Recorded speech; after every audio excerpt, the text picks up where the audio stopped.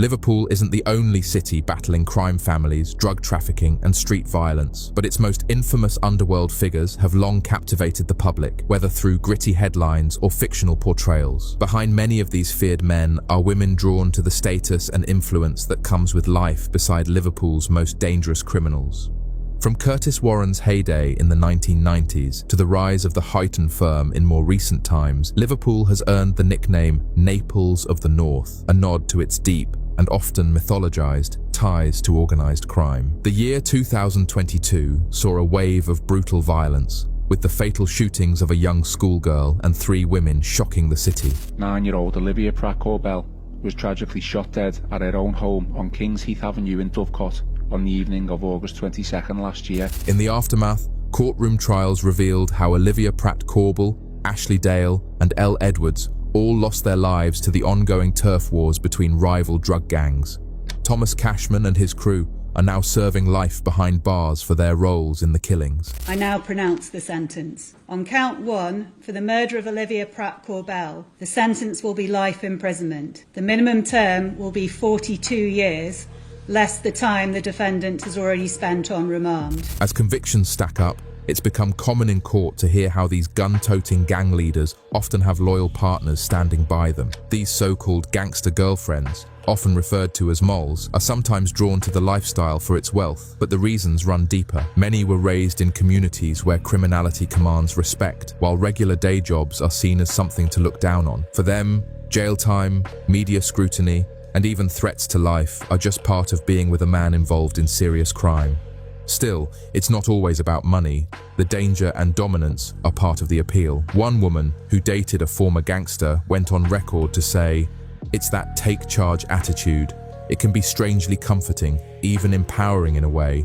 Like that bad boy energy makes you feel more secure and feminine." Plenty of young women are willing to gamble everything for the attention and status that comes from strolling into upscale venues like San Carlo with a feared man on their arm. These women are often tied to some of Liverpool's most infamous criminals. Thomas Cashman's girlfriend faced backlash for her designer looks during his high-profile murder trial at Manchester Crown Court, where he stood accused of killing 9-year-old Olivia Pratt-Corbell. Kayleigh-Anne Sweeney stood by Cashman throughout the proceedings, even after revelations of his cheating. She often arrived at court in bright pink coats and oversized sunglasses, drawing just as much attention as the case itself. The couple lived together in West Derby, supported by Cashman's estimated annual income of £250,000. But Cashman, or Cash, as he was called on the streets, wasn't making money legally. He built his fortune through cannabis farms and drug sales in the Dovecot area, while also enforcing for the feared Huyton firm. Meanwhile, Kayleigh-Anne was often seen driving her £33,000 Land Rover Discovery Sport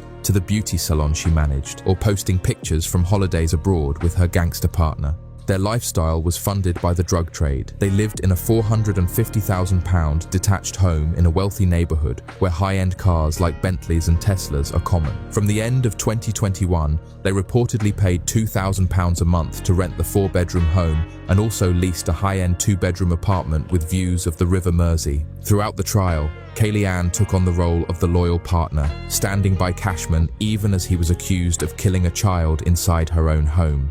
When asked in court whether Kayleigh-Anne knew where his money came from, which was more than 7 times the average income for the area, Cashman replied, "She didn't ask, I didn't tell." Still, he conceded that she probably suspected he was involved in drug dealing. For many in Liverpool, the tragic killing of schoolboy Rhys Jones marked a turning point, a time when youth gangs seemed to dominate Croxteth and Norris Green. Rhys, just 11 years old, was walking home after a kickabout with friends when he was shot and killed by Sean Mercer. The bullet was meant for a rival gang member, but Rhys was caught in the crossfire. After a lengthy investigation, police finally arrested Mercer and other members of the Croxteth crew. But not long after Mercer was sentenced to 22 years behind bars by Judge Henry Globe, his mother, Jeanette Mercer, stood before the same judge. It turned out she had lied to officers about the type of bike her son had used on the night of the shooting, providing false information about its color. This misdirection slowed down the police inquiry. Jeanette later confessed to lying and was sentenced to 3 years in prison. Then, in 2023, new revelations surfaced. She had once again misled police, this time to protect her younger son, Joseph. Despite knowing he was wanted for drug offences by Dorset police, Jeanette let him stay at her home. Authorities eventually discovered Joseph was living with her in Kirkdale and had also been spotted at the upscale Malmaison Hotel on Liverpool's waterfront. In court, it was revealed that Joseph regularly mistreated and physically attacked his mother, raising questions about the pressure she was under. Jeanette wiped away tears as she received a 9-month prison sentence. Do you have a reaction? Terry Murray gained national attention when she alleged that UFC star Conor McGregor had fathered her daughter, Clodagh. The Liverpool woman claimed she had a one-night stand with McGregor after bumping into him at a nightclub in the city. The Dublin-born fighter was in town during the 2017 Grand National weekend, seen partying with a large entourage. But DNA tests later confirmed that McGregor was not the child's father. The MMA star had always insisted it was a friend of his who had slept with Murray, not him. Locally, however, Murray was already known in Liverpool's criminal circles due to her relationship with Carl Bradley. Bradley, younger brother of feared gangster Kirk Bradley, was gunned down in what police called a targeted killing in March 2013. His body was later discovered under a layer of snow, with authorities confirming only that he was known to police, but offering few other details.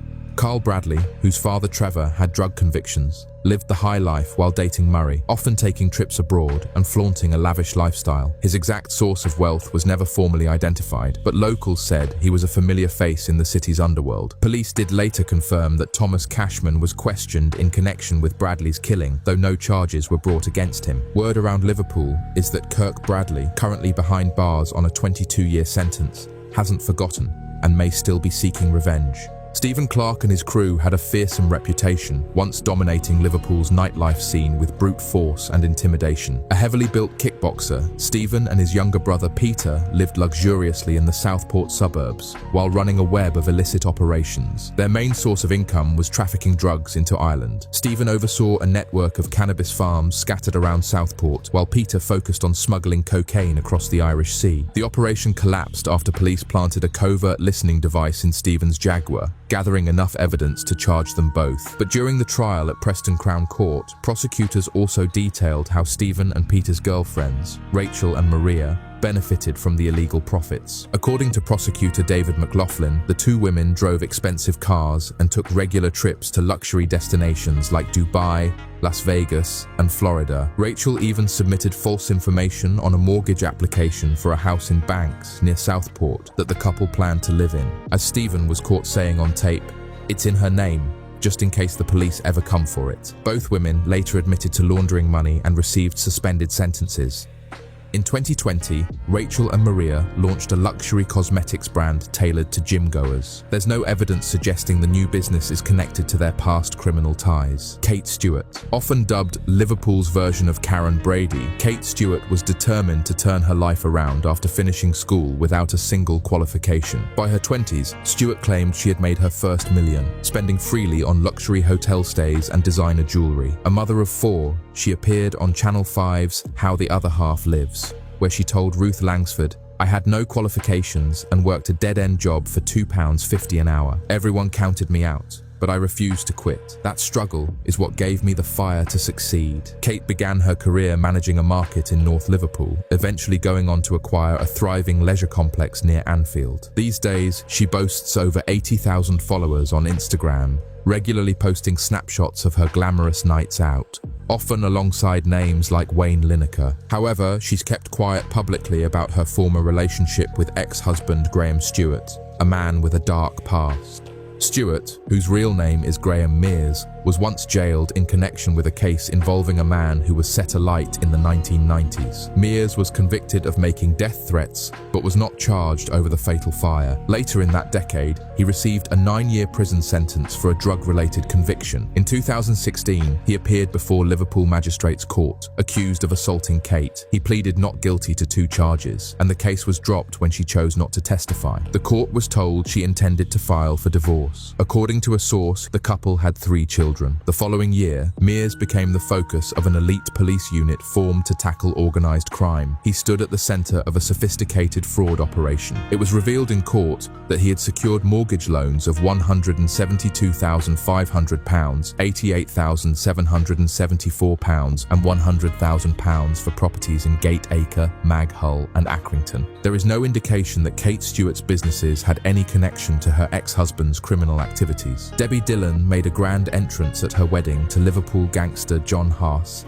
stepping out of a cream Rolls-Royce in a white gown. It was the summer of 1996, and guests had to pass a wall of bulky security guards just to enter Brougham Terrace Registry Office. Photos from the ceremony looked more like scenes from a mob movie, with uneasy family members watching as the couple tied the knot. Haas, once branded a real-life Scarface by an associate, had evolved from street-level armed robberies to dealing heroin with a Turkish crime boss based in North London. But after Haas and his partner Paul Bennett were sentenced to lengthy prison terms in the mid-1990s, the pair devised a bold escape plan. Using his connections on the outside, Haas arranged for firearms to be hidden in various locations around Merseyside.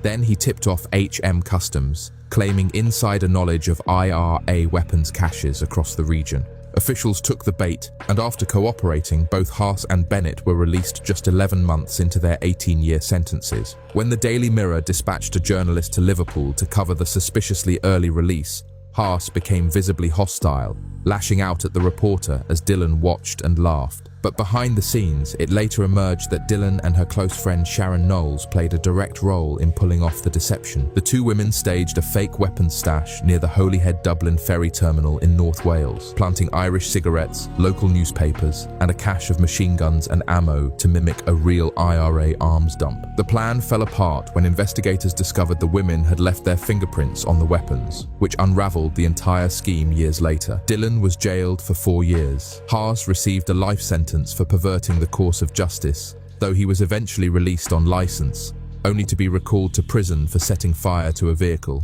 Stephanie Smithwhite was a corrections officer at one of the UK's most secure prisons when she began an illicit affair with notorious drug kingpin Curtis "Cocky" Warren. Warren had been in the drug game since he was young and built a criminal empire worth tens of millions, becoming a dominant force in international trafficking with links to Colombian cartels. In Liverpool, he ran operations with brute force, even extorting sex workers and their clients under threat of blackmail.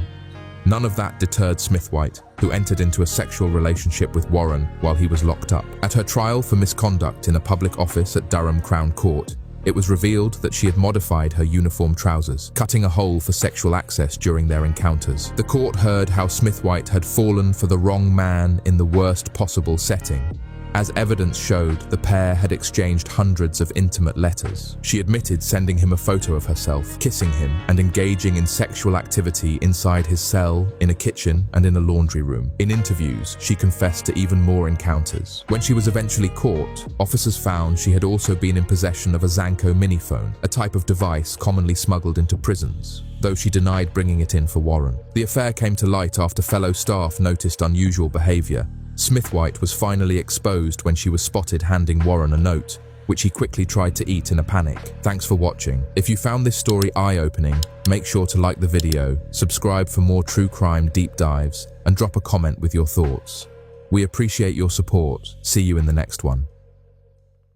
The city of Liverpool is no stranger to crime. Known as the Port City, it has been a hub for drug smuggling and robberies. In the late 20th century, however, drugs have taken over as the main source of income for organised crime gangs that have transformed Merseyside into a crucial location in the UK's drug trafficking operations. In 2025, Merseyside police estimate that around 120 gangs are active in and around Liverpool. These gangs are not only involved in drug importation, but also in the illegal firearms trade. This led to the National Crime Agency labelling Liverpool as the city outside of London that dominates the firearms and drugs trade in the UK. Gang culture, poverty, and widespread fear have contributed to some shocking, unsolved killings that have left families without justice. In today's episode, we will cover some of the most shocking unsolved murders connected to Liverpool's gangland. Welcome back to True Gangster Stories. If you like UK true crime documentaries and true gangster stories, please subscribe to the channel, like the video, or leave us a comment, as it helps the channel in a big way. During the 1980s, Liverpool became known as Smack City because of the flood of heroin and some very violent turf wars. Notorious gangsters like Tommy Comerford and Curtis Warren, who came after Comerford, built drug cartels with international reach. The Heighton firm emerged in the 1990s, the group known for their planned grenade and gun attacks on rivals. However, in 2009, they were accused of these crimes and were sent to trial in the Liverpool Crown Court. As the profits from the sale of narcotics grew, the gangs invested in weapons of all sorts. When the UK law enforcement officers got access to EncroChat, this exposed all the dealings and activities of the major players in the criminal underworld. Based on information collected by the officers, over 70% of the firearms across the UK was linked back to Liverpool. The firearms trade was thriving in Liverpool, with weapons coming directly from South America along with the drugs. This violent environment breeds fear in the communities, and many murders go unsolved because witnesses refuse to speak with the police. The families of these victims have filed numerous appeals for information, but the intimidation from gangsters ensure silence on these killings. The following cases paint a picture of how bold killings occur in broad daylight, with the clues and evidence vanishing like the killers back into the city's dirty criminal underworld.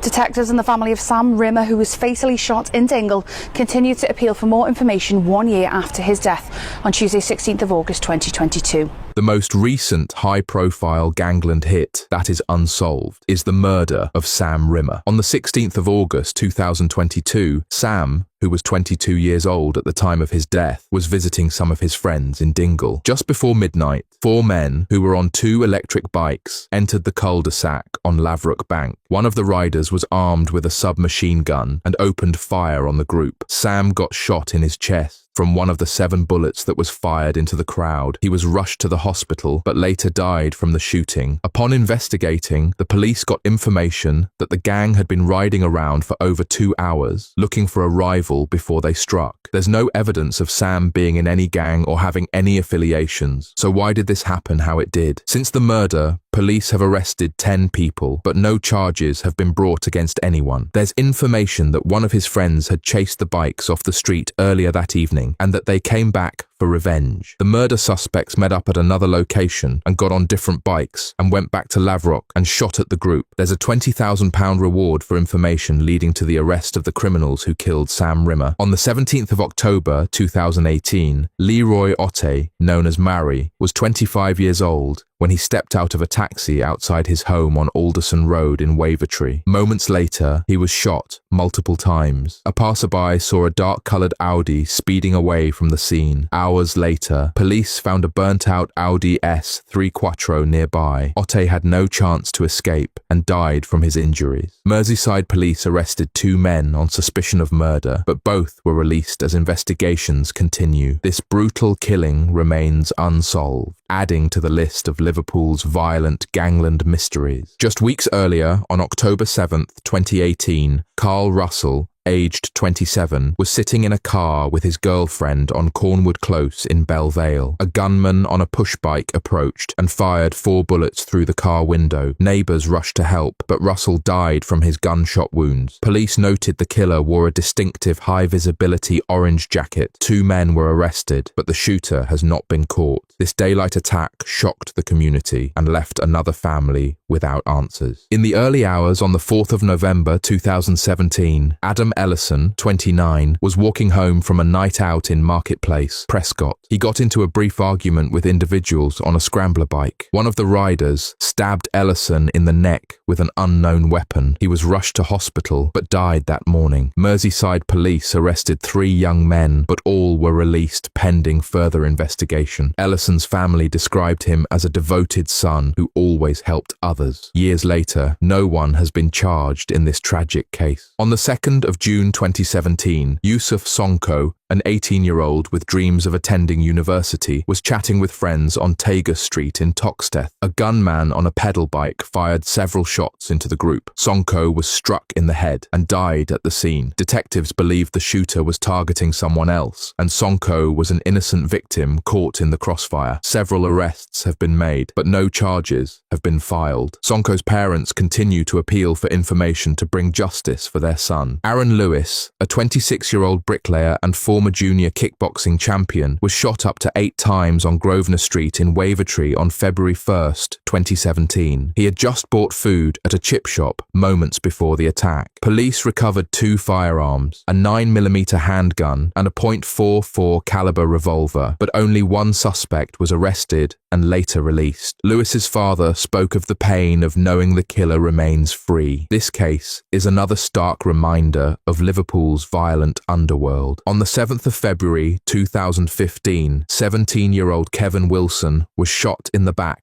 at the junction of Smithdown Road and Holmes Street in Wavertree. 13 people have been arrested in connection with the killing, but no one has been charged. 2 men were jailed for interfering with the investigation by taking Wilson's phone and filming themselves with the murder weapon, but they were cleared of direct involvement. Police suspect the killing was linked to a drugs rivalry, yet it remains unsolved. In January 2014, Liverpool gang member Francis Brennan was stopped by fake police officers on a road near Alicante, Spain. Weeks later, his strangled and battered body, wrapped in a bin bag, washed up on a beach. Coroner Andre Rebello ruled that Brennan was unlawfully killed. Police believe Merseyside criminals abducted him over a drugs debt. No one has been charged, and the case highlights how Liverpool's gangland violence extends beyond the city's borders. On March 22nd in 2013, Carl Bradley, brother of notorious gangster Kirk Bradley, was shot 4 times and left dead in the snow in a back garden on Penshaw Close. His body was discovered the next morning. Police believe this was a targeted hit, but no motive has been established. 4 people were arrested on suspicion of murder, but no charges have been brought. This case remains a chilling example of Liverpool's gangland executions. On the 2nd of December 2012, 21-year-old Jamie Starkey was preparing to decorate a Christmas tree with his 7-year-old sister when a gunman shot him 6 times outside his home on Higher Lane in Fazakerley. He was hit 4 times in the chest and twice in the head and died at the scene. 5 people were questioned, but no one has been charged. Starkey's family believe the killer may not be linked to his feud with drug dealer Daniel G. Police later identified a Browning self-loading pistol found in the Leeds-Liverpool Canal as the murder weapon. Starkey's father said the unsolved killing has torn their family apart.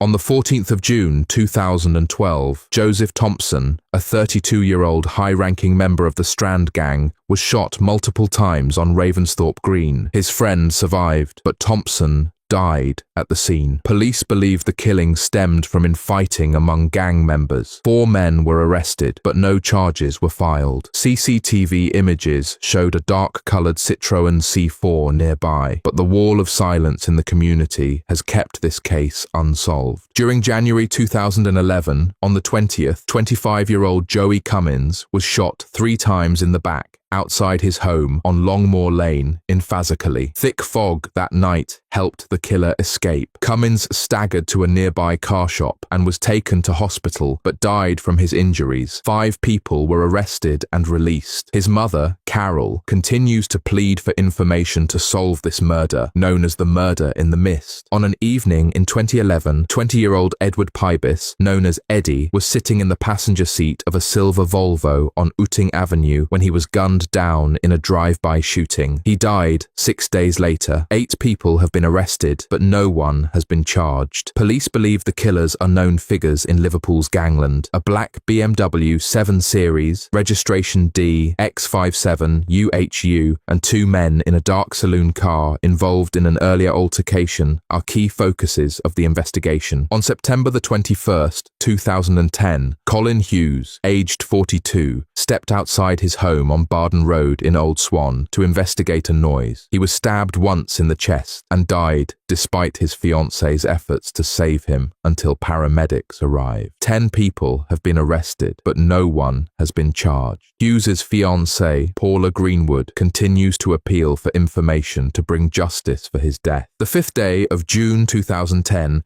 23-year-old Paul Pike from Belle Vale was sitting in his van at traffic lights on Crosby Road, North and South Road, when a stolen silver Audi TT pulled up. Gunmen fired multiple bullets into the van, killing Pike. Several arrests have been made, and a £10,000 reward is offered, but no one has been convicted. Police suspect this was part of tit-for-tat shootings between rival gangs. April the 29th, 2010, Nicky Ayres, a 46-year-old Sunday League football manager with Underworld connections, was shot 7 times at close range on South Cantrell Avenue after returning from a chip shop. 17 people have been arrested, but no one has provided formal evidence. Police believe a silver-colored car and a motorbike seen driving erratically near the scene are linked to the killing. The murder is thought to stem from a gang respect issue, possibly ordered by a large drug gang with international ties. On 9th January 2009, 22-year-old Sean Finnan was beaten with a metal bar and stabbed in the leg on Barons Hay in Stockbridge Village while trying to retrieve his younger brother's stolen bike. He died 4 days later. His mother, Rose, has repeatedly asked the community to come forward with information, but the case remains unsolved. On the 13th of November 2007,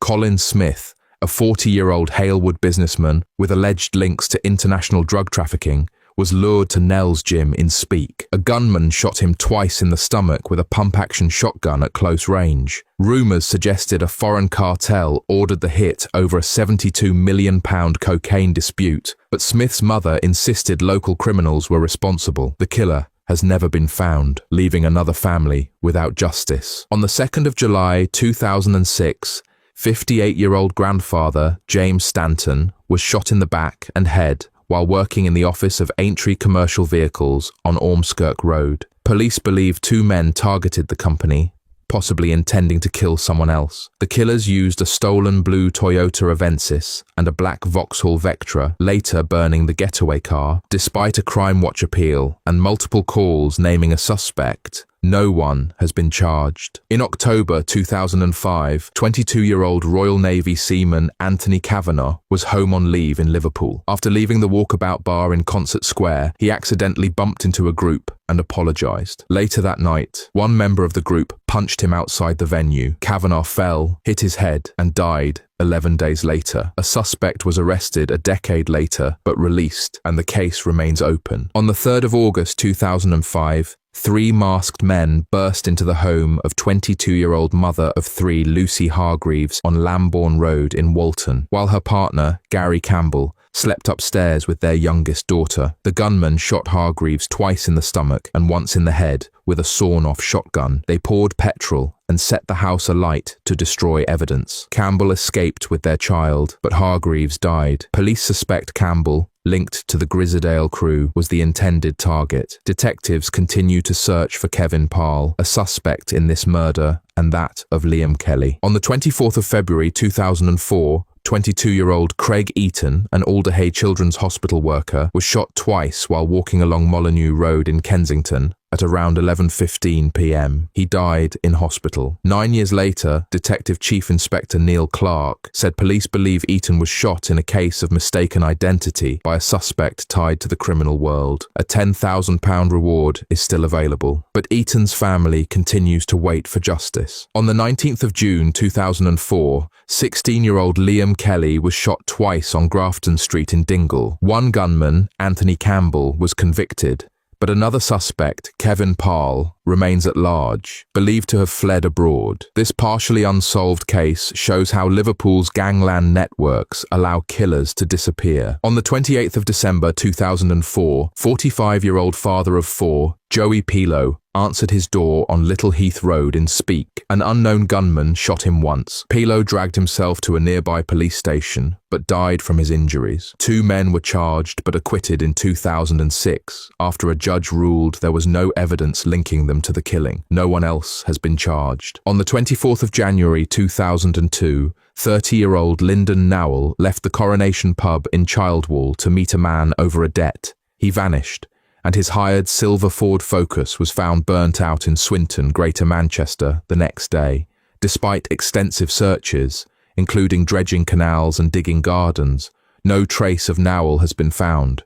Police and his family fear he was killed by underworld figures, but the case remains a missing person inquiry. On the 25th of July, 2001, 30-year-old Richard Clayton was chased by gunmen after leaving a gym on Belgrave Road in Aigburth. He ran to a house for safety, but collapsed and died from multiple gunshot wounds. The killer's green Ford Mondeo was later found burned out. Clayton's twin sister, Julie, still hopes for closure by catching those responsible. Around 1/3 of children in the Liverpool City region live below the poverty line. High unemployment and deprivation make gang life appealing to young men, offering status, money, and protection. These criminal groups pull them into a cycle of violence, leading to revenge killings and unsolved crimes that tear communities apart. Liverpool's gangs are highly organized and operate on an international scale. The Huyton firm sends hit squads abroad and works with cartels in Ireland, Russia, and North Africa. National Crime Agency officers report that Northwest criminals import cocaine directly from South America and modify cheap pistols into automatic weapons for resale. These networks hire shooters to carry out murders, making it hard for police to trace the masterminds, especially when they direct hits from overseas. Many murders remain unsolved because witnesses fear retaliation. Families of victims like Sam Rimmer, Yusuf Sonko, and Adam Ellison have begged for information, noting it can be given anonymously. Yet the no-grass culture protects killers. In the Andrew Jones case, 9 witnesses refused to name the attacker, leading the coroner to accuse them of shielding a murderer. Liverpool's gangland has produced some of the UK's most violent criminals and feuds. The city's history as a port and its socio-economic challenges have allowed sophisticated gangs to thrive. While police have jailed major figures like Curtis Warren and leaders of the Huyton firm, the murders above show how killers often escape justice. From Sam Rimmer's 2022 ambush to Carl Russell's execution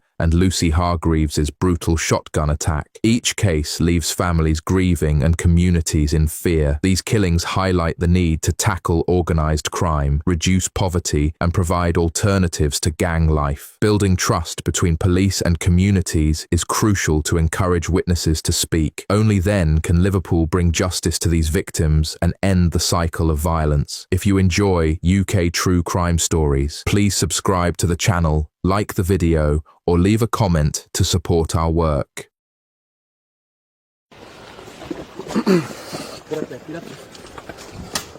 Colin Wright was a high-ranking member of an organized crime group, known for his meticulous illegal operation that thrived during the COVID-19 pandemic. He made millions, drawing the attention of the National Crime Agency in the United Kingdom. The Crime Agency, established on October 7, 2013, is the UK's lead agency in the fight against serious and organized crime. Similar to the FBI in the United States, its main role is to tackle serious crime by coordinating efforts across various law enforcement agencies. At the time of Colin Wright's arrest, the head of the crime agency was Graham Bigger, who succeeded Lynn Owens in 2021. Today, we are delving into the rise and fall of Colin Wright, a man whose illegal operation could rival the narcos of Colombia and Mexico, and the vast network of high-risk substances he distributed across the UK. This is the story of one of the most notorious gangsters in recent British history. Born in 1986, Colin Wright grew up in Motherwell, a large town in North Lanarkshire, Scotland, about 12 miles southeast of Glasgow. During his formative years from 1999 to 2012, Motherwell faced economic challenges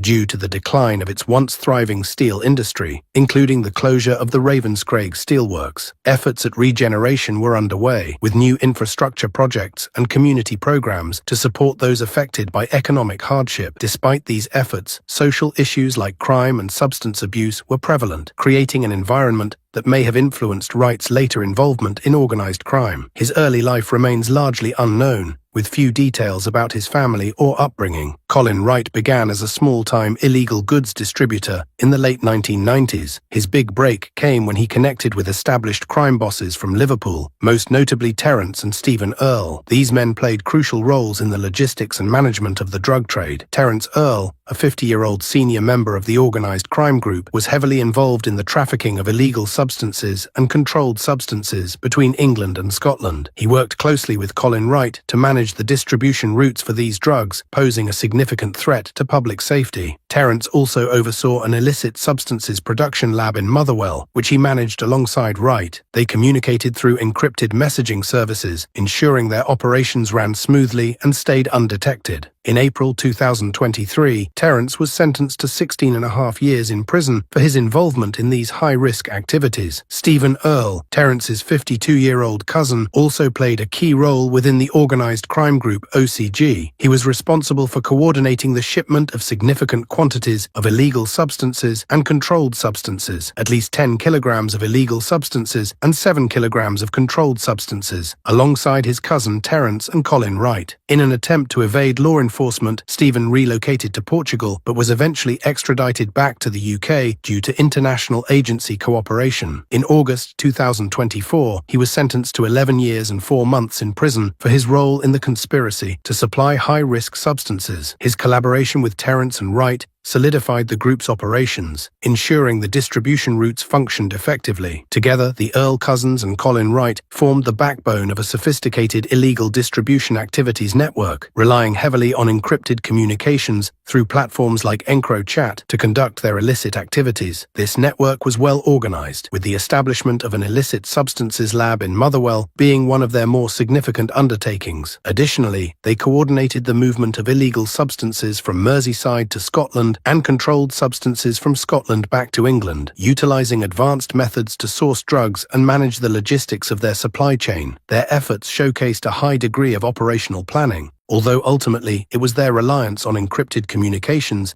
and the cooperative efforts of law enforcement that led to their downfall. Colin Wright's organized crime group, OCG, operated a sophisticated illegal distribution activities network, focusing on the production and distribution of amphetamines, illegal substances, and controlled substances.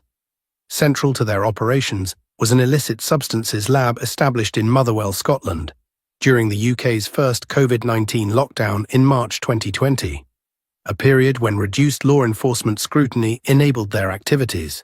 Using chemicals like alpha-phenyl acetoacetamide, APAA, sourced through criminal associates, the group overcame challenges in obtaining necessary solvents to set up production. Communications among gang members revealed their success in preparing the lab, verified through exchange photos of the produced amphetamines. The OCG trafficked at least 10 kilograms of illegal substances from Merseyside to Scotland and transported 7 kilograms of controlled substances in the reverse direction, highlighting their extensive distribution network. Encrypted platforms like EncroChat facilitated secure communication, ensuring operational secrecy, while vehicles and couriers were employed to transport drugs. Like many criminal organizations, the group likely exploited vulnerable individuals in roles such as drug mules or lookouts, further complicating law enforcement efforts to dismantle their operations. Operation Venetic, a landmark UK-led investigation targeting organized crime, focused on the infiltration of the encrypted communication platform EncroChat. This platform, used exclusively by criminals for coordinating activities such as illegal distribution activities, money laundering, and violent crime, was infiltrated in July 2020 by an international law enforcement team, including agencies from France and the Netherlands. The operation provided access to millions of messages and images from EncroChat's 60,000 global users, including 10,000 in the UK, offering invaluable intelligence for the National Crime Agency, and regional police forces. As a result, over 3,147 suspects were arrested, 1,240 offenders convicted, and significant seizures made, including $54 million in criminal cash, 77 firearms, and more than 2 tons of drugs.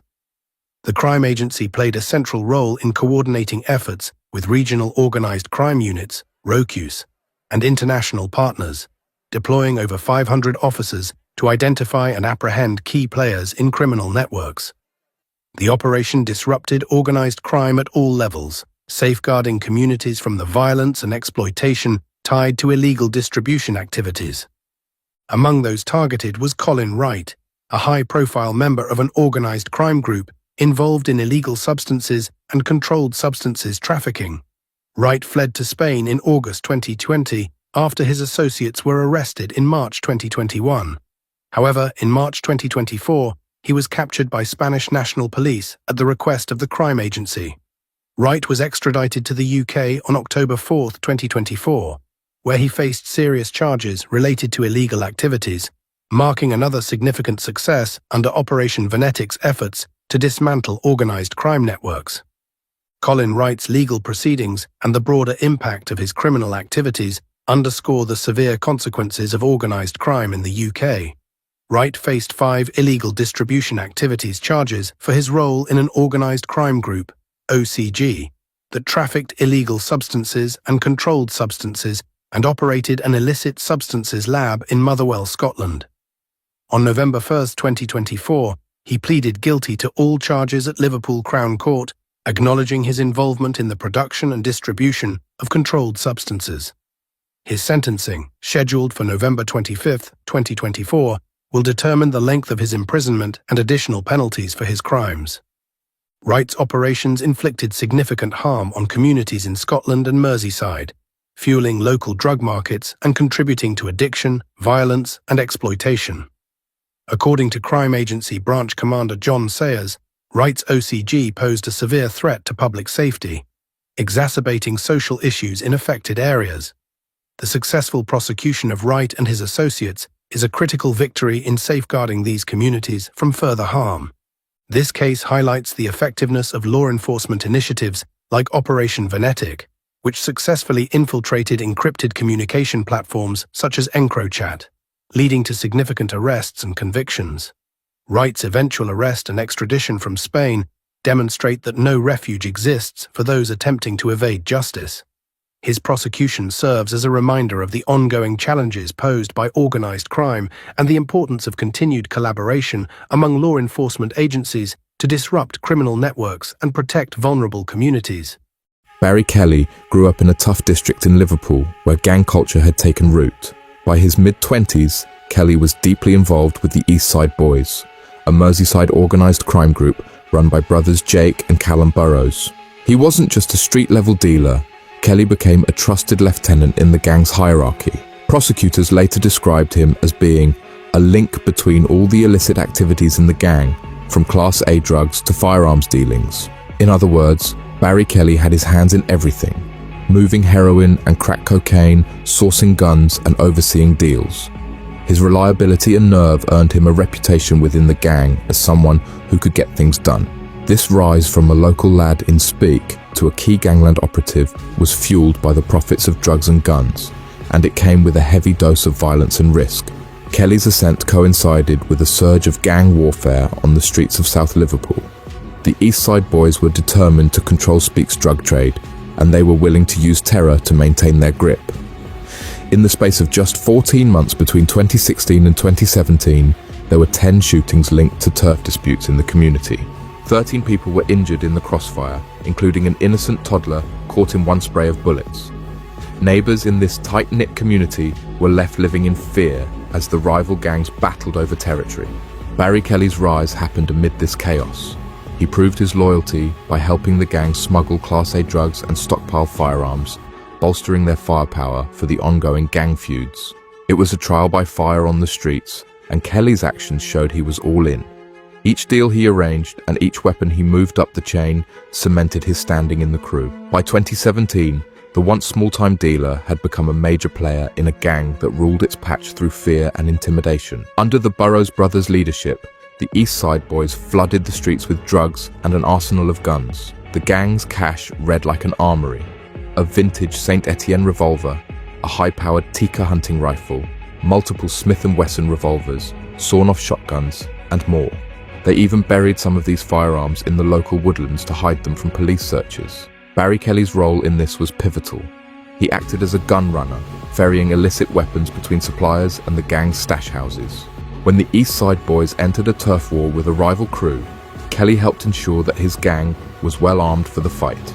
This included linking up with Christopher Wallace, a notorious bomb maker from Wirral, who had access to firearms and even homemade pipe bombs. Through Wallace and other contacts, Kelly and the Burrows brothers secured new guns to outgun their enemies. It was an arms race playing out in the back streets of Liverpool. Drugs were the gang's lifeblood, and Kelly was deeply involved in that trade as well. Heroin and crack cocaine were trafficked in from outside cities and sold on the street corners. The crew guarded stash houses, properties used to store drugs and cash, and weren't above cuckooing vulnerable people out of their homes to use as bases. Cuckooing is a tactic where criminals take over someone's home, often a vulnerable resident, and use it for drug dealing. One known hub was a family home on Eastern Avenue in Speke, owned by gang member Lee Price. Price turned his home into a drug den, where runners collected supplies and cash, making it a target in the gang war. In fact, rivals carried out a drive-by shooting at that house in a bid to intimidate the East Side boys. Bullets ripped through the walls of the Eastern Avenue property, terrifying local families and showing just how far the conflict had escalated. Each violent incident like this only drew more police attention to the area. On the streets, the East Side boys tried to stay one step ahead of law enforcement. They used unlicensed scrambler bikes to zip between alleyways and parks, knowing that police cars couldn't easily follow. Dealers would normally ride off roads to deliver drugs or evade police patrols, riding through the maze of housing estates. In response, Merseyside police adapted their tactics, imposing new public space protection orders to seize bikes and even deploying their own off-road units. The gang also kept their communication tight, using cheap burner phones and coded messages. But despite their efforts to operate in the shadows, the trail of violence was leaving a glaring mark on Speke. Each shooting, each seized weapon, and each overdose in the community added urgency to the police investigations that was steadily closing in on Barry Kelly and his associates. By early 2017, Merseyside police could no longer tolerate the bloodshed in Speke. Detectives launched Operation Bombay, a long-term covert operation targeting the East Side boys and their supply network. This operation would become one of the most significant law enforcement efforts the area had ever seen. It began quietly, with months of surveillance, informants, and gathering of intelligence. Undercover officers tracked the gang's movements, identified safe houses, and mapped out the hierarchy from street dealers up to the Burrows brothers and their gun suppliers. Stash houses like the Eastern Avenue Den were put under watch. Officers noted frequent comings and goings, the hand-to-hand deals, the couriers with packages, and the enforcers with weapons. Community tip-offs also played a role. After years of living in fear, some Speke residents began to cooperate with police, providing anonymous information about who was behind the mayhem. This was a courageous step in a neighborhood where grassing could lead to violent retributions. But it paid off. In January 2018, as part of Operation Bombay, police raided and shut down the Eastern Avenue drug den, literally boarding it up to send a message. This was a major blow to the gang's operations. One of their main safe havens was gone, and with it, a cache of drugs and possibly weapons. Operation Bombay continued to ramp up over the next year. Police targeted cuckooed houses and other gang hideouts across South Liverpool, conducting coordinated raids to seize drugs and guns. They even organized highly visible tactics to rattle the gang's confidence. In one instance, a convoy of squad cars and armed matrix units paraded through Speke and neighboring districts at night, a show of force aimed squarely at the gangs. Behind the scenes, investigators painstakingly linked evidence together. Fingerprint matches on firearms, DNA on bullet casings, phone records connecting Kelly's crew to Christopher Wallace's network. Every piece of evidence tightened the noose. Finally, in May 2019, the operation reached its climax. Dramatic dawn raids swept across Merseyside and beyond. Barry Kelly was among the targets. On the morning the raids came, he was caught completely off guard. Teams of officers forced entry into multiple addresses simultaneously, using stun grenades and battering rams. Kelly was arrested, as were the Burrows brothers, Lee Price, and dozens of others tied to the conspiracy. Over in Wirral, bomb maker Christopher Wallace was captured as well. The police seized firearms, including loaded handguns and a sawn-off shotgun hidden in grass by an associate's house. They found pipe bombs in Wallace's garage that, according to prosecutors, could have killed and maimed innocent people. Huge quantities of heroin, cocaine, and cannabis were recovered along with stacks of cash. Operation Bombay had delivered a devastating blow to organized crime in Liverpool. After 2 years of relentless work, the gang's key players were in handcuffs, and their deadly feud was effectively ended on that day. The takedown of the East Side Boys and their associates led to one of the largest gang prosecutions Liverpool has seen. In the following months, Barry Kelly and 21 other conspirators faced justice at Liverpool Crown Court. The sheer scale of the case was staggering. Prosecutors detailed how this crew ran drugs across county lines, stockpiled weapons for gang warfare, and even conspired to smuggle contraband into prisons. Many defendants, including Kelly, chose to plead guilty when faced with the mountain of evidence. Others were convicted after a trial. In total, the court handed down over 300 years of prison time to the gang members, a clear signal of how serious their crimes were. The sentences reflected each person's role. Christopher Wallace, the bomb maker at the top of the chain, received a life sentence with a minimum of 31 years to serve. Judge Andrew Watson did not mince words about the danger posed by Wallace's pipe bombs and firearms. The gang leaders, Jake and Callum Burrows, were given 25 years and 20 years respectively. They had been found guilty of multiple firearms conspiracies and Class A drug dealing, effectively crippling their reign over Speak. Lee Price, who turned his home into the gang's armory and drug warehouse, was jailed for 22 years. Prosecutors revealed his telephone contact with the Burrows on the very day they went shopping for guns at Wallace's garage, implicating him deeply in the weapons ring. Barry Kelly's turn to hear his fate came as he stood in the dock at age 26.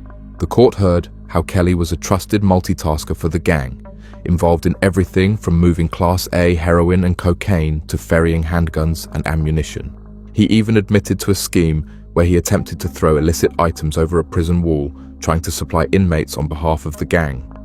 In the end, Barry Kelly pleaded guilty to conspiracy to supply Class A and B drugs, 3 firearms offenses, and the prison smuggling plot.